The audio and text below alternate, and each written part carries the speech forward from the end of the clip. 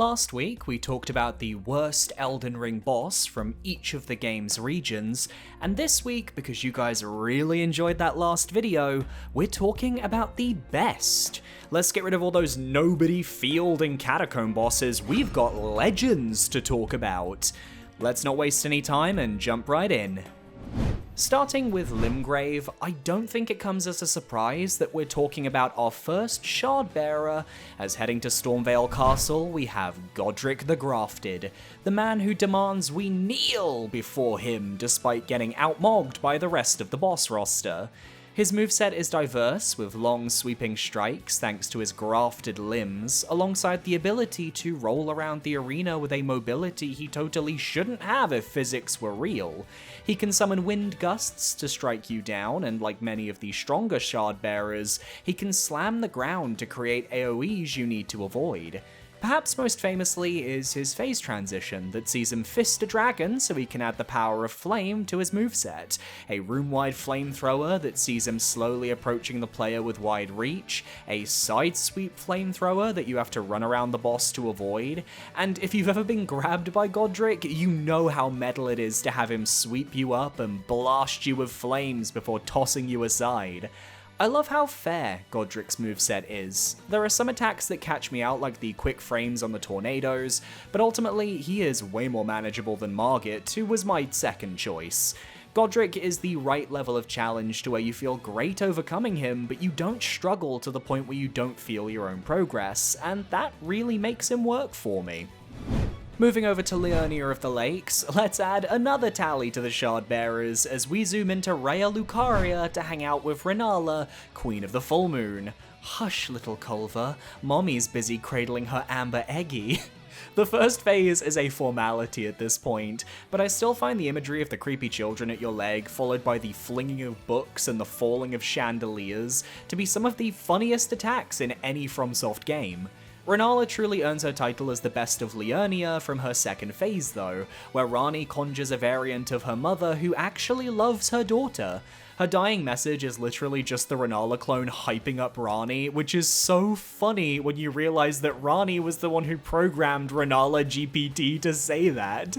She wields all the glintstone spells in existence, whether that's Comet Azure, blasting us with homing shots, or creating a moon that slowly approaches us like we're playing Majora's Mask. Side note, somebody mod that spell to look like the moon from Majora's Mask please, I would die. And then if you're too aggressive, she can summon a dragon, or a bloodhound knight, or some wolves to harass you instead. I love that Rennala runs the gambit of mage bosses with so many tricks and tips, yet she's still weak to being punched like all the other flimsy mages in the series. But she can do a flippy pole staff boomerang attack if you get close, and it looks cool enough that, you know what, I forgive. Maybe next time Ranni can program her mother to not lose the fight. Nobody wants to go to Caelid, but if you're there, you may as well see the sights of the Wailing Dunes. You'll have to deal with the horrors of Starscourge Radahn, of course, but when he's such a peak boss fight that you have to get the whole squad in on the action, I don't think anyone here's complaining.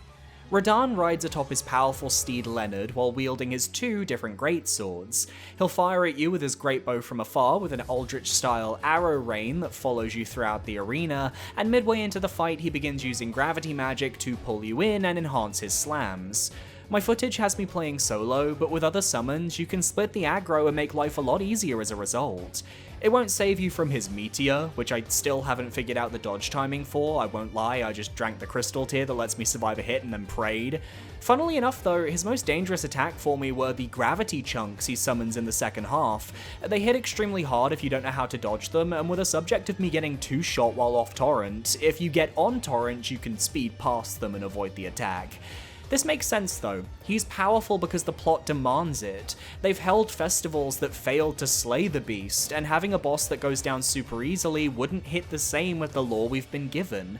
The fact that this fight had us begging for a Radahn in his prime encounter, which we would then promptly get as we scream, "Wait, no, go back," is still one of the funniest Elden Ring moments for me.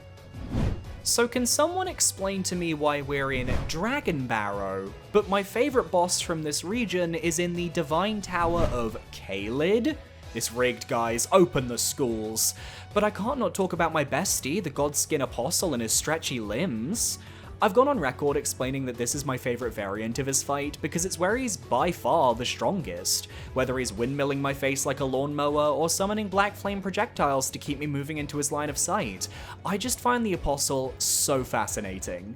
His enraged state is without question one of my favourites in FromSoft's library. The sudden stretchiness of his skin and the way it allows him to helicopter around the room like an inflatable pool noodle is terrifying your first time. He can also summon black flame tornadoes, and due to his mobility, you can't escape him despite the larger arena. The fact that he's at the depths of a divine tower as well in this encounter isn't lost on me, kind of a freaky location to find him in. A lot more ominous than his Windmill Village variation, who seems right at home with the crazed conclave of gal pals. Here though, in the depths of the world, it's just you and the cheese string.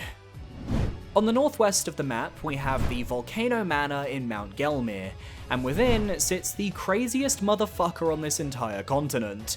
Rykard let himself get vored by a snake so that they could fuse into one being, allowing him to rise up and eventually overthrow the Erd Tree. That is, if you allow him to eat you, of course, which just won't do. The average Tarnished isn't into such high, noble kinks like Vor. Instead, we're all about serpent hunting, and we've just found the best prize of them all. His first phase is your introduction to your new weapon. The boss has a slightly irritating grab attack that is easy to mistime your dodge to, but as long as you're not backing into walls, you can do some heavy strikes to take the serpent down. It's hilariously easy to stagger. When Rykard actually appears though, things take a turn. His blasphemous blade comes with the power to unleash hell itself, and I've gotta say, there's nothing more intimidating in this game than having flaming skulls raining down on you as he releases his Rancor. He was always going to win this spot on the region ranking by default, because what other boss in Mount Gelmir is challenging him for this spot? But he made sure to elevate his fight far beyond his peers so that even though it was a foregone conclusion, he still earned his victory. Together, we will devour the other Mount Gelmir bosses. So funny story with the Altus Plateau. I didn't want to double dip on this ranking, but I want it to be known the Windmill Village Godskin Apostle would normally be my pick for this list. I decided to go with my second choice though, because if there's anyone in Altus who can outmog the Apostle, it's Elemer of the Briar. Which is incredibly funny, as in Dragon Barrow, I'm pretty sure the Bell-Bearing Hunter is also one of my top boss picks. These two just keep circling each other in a doomed Yowie situation. Elemer of the Shaded Castle fights with one of the coolest weapons in the series, a sword that is controlled physically.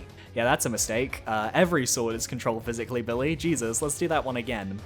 Elemer of the Shaded Castle fights with one of the coolest weapons in the series, a sword that is controlled psychically, allowing it to swing through the air without being held. Elemer has a powerful mental fortitude, likely built up by the barbed wire armor he wears. I imagine it cuts into his skin, forcing him to block out the pain and build up that mental strength. He also has a large shield he can crash against the ground, and he can elbow slam you with a charge that has massive reach. Elemer is aggression incarnate, and the safest place you can be is right up in his bosom, because far away his ranged sword attacks will always hit you and his arena is small to play to his strengths. I especially love his corkscrew strike as he ravages with spin-to-win precision. One of the sickest enemy designs in all of FromSoft's catalogue. I'm happy to give Elemer the win here on his home turf. The Underground actually has a few solid options for this list. Astel, Natural Born of the Void, is one of Elden Ring's most iconic alien designs, with a fascinating moveset to boot. Lich Dragon Fortisax has the craziest aura of any of the pre-DLC dragons, and the Ancestor Spirits are gorgeous in both presentation and battle. But I always find myself drawn back to the one who beat the allegations. Mohg, Lord of Blood, the boss of Mohgwyn Palace.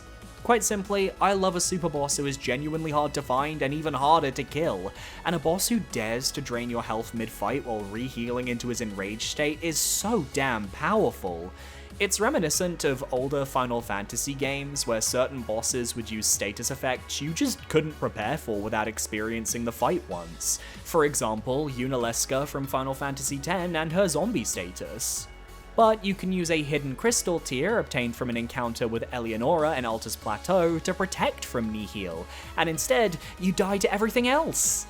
Blood flame trails littering the floors, explosive claw swipes, a big fucking trident that will stab you at least once, and Mohgs flying about the place while coating the floors with so much blood that we've got none left for anyone else. And yet how is it that this also ends up being one of the fairest fights in the game? It's a positioning test, as if you understand the mechanics of the various blood attacks, you can figure out the safe spots to stand in, the safe spots to dodge in, and so on and so forth. I'm nowhere near ready to master this fight, but it's one I wouldn't mind refighting so that I can get that good. Before we get into the mountains, let's have a chat with Leyndell, the royal capital, and its Ashen variant, as they are home to some of the most important bosses in the game. The final fights against Radagon and the Elden Beast, the showdown against Godfrey, First Elden Lord, and who could forget the best boss in all of gaming ever, Sir Gideon Ofnir the All-Knowing, and his magic spam. But for me, I've always been a diehard fan of my next pick, and wouldn't you know, we're going from one brother to another. Morgott, the Omen King, is peak Elden Ring, and I refuse to back down from that claim. This rematch sees us fighting his enhanced moveset with even more light weapons and a fiery curse sword that he can use to stab us and burn us throughout the second half. I do wish he had his new attacks from Night Rain here though, because it would only elevate the fight further, but I can understand FromSoft not wanting to retroactively update an older title. What I love most about Morgott isn't the fight itself, but the narrative behind it though. This is one of the few boss encounters that is personal for the player. Margit saw something in us, tested us, while Morgott is now at the time, final obstacle stopping us from our goal. The flames of ambition burned brightly, and the hatred Morgott has for us feels really personal. It makes his subsequent enrage where he releases his curse across the arena all the more palpable. We've driven him to the edge whether we wanted to or not, and look, he's not the toughest fight in the world, he could use a bit more HP, but I also like the narrative of him being easier because it shows our progression from the last encounter. We've surpassed him, and he cannot stop the tide from washing his rule away. The Golden Order will fall. I explained in my last video how my mountaintops ranking also includes Crumbling Farum Azula. It makes sense, as the Legacy dungeon is at the end of this region, but it also really limits me to 2 bosses for this spot because the Crumbling Farum ones are so good. Malekith, my runner-up, who in any other video would likely procure this spot with ease, and my personal pick for favourite fight of this region, Dragon Lord Placidusax. I've learned over the last few years that Placi isn't a boss for everybody. He's tanky, his fire breath can be deceptively annoying to avoid, and dying means a rather lengthy run back to reappear in the center of the storm. But that opening cutscene just oozes intimidation. And the way he flies through the air, dive bombing you before starting a combo of teleporting strikes is just so fucking cool to me. That one move where he strikes the ground with lightning, causing a great explosion that cuts out the music, is phenomenal. And the ever-changing arena as the storm grows more violent until we get those Midir lasers at the very end, come on now! Placidusax learned from the best, and while he's not as mobile as a Midir or a Bale, he absolutely holds his own as one of the best dragons in the franchise. But hey, if you just dislike FromSoft's dragon designs, which I totally understand, Malekith is right there, alongside copious amounts of furry fan art, you have been warned. I'll also warn you that you might not be subscribed to the channel yet. I'm trying to reach 50,000 by the end of the year, and I genuinely think we can do it, so if you're enjoying this video and you want to see more, then parry that subscribe button, and I can't wait to see you in more videos. For the final base game region, we have the Snowfield, and another exceptionally obvious pick due to the presence of the Halig Tree. Malenia, Blade of Miquella, Goddess of Rot, and Killer of Noobs is an icon, a legend, and truly the moment. She is a filter who remains challenging no matter your build. Even when you try to cheese her with Ice Pots and the Mimic Tier, she can still find ways to tear through your defenses if you're not careful, and I love that about her. Miyazaki made this woman with the clear intention of her being an overpowered challenge that not everyone needs to attempt.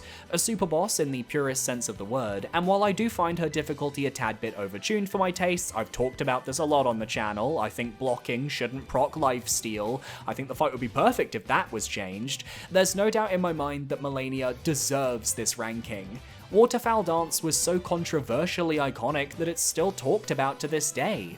Her moveset is meticulous, and learning every interaction is your best shot at winning. More so when she rots the stage with Phase 2 and you have to avoid constant AoEs from her strikes, a powerful clone attack that feels amazing to dodge by the way, and the Scarlet Aeonia Bloom that leaves her open for a short amount of time. The butterflies, the Asia O'Hara butterflies of it all. Malenia is that bitch, and she's blind, by the way. Her other senses are just that strong that she can take us down. This is the positive physical disability representation we need in video games. Hopping into the DLC, Graveside Plain had two potential options, both bosses of their respective dungeons, you know who they are, the Lion and the Knight.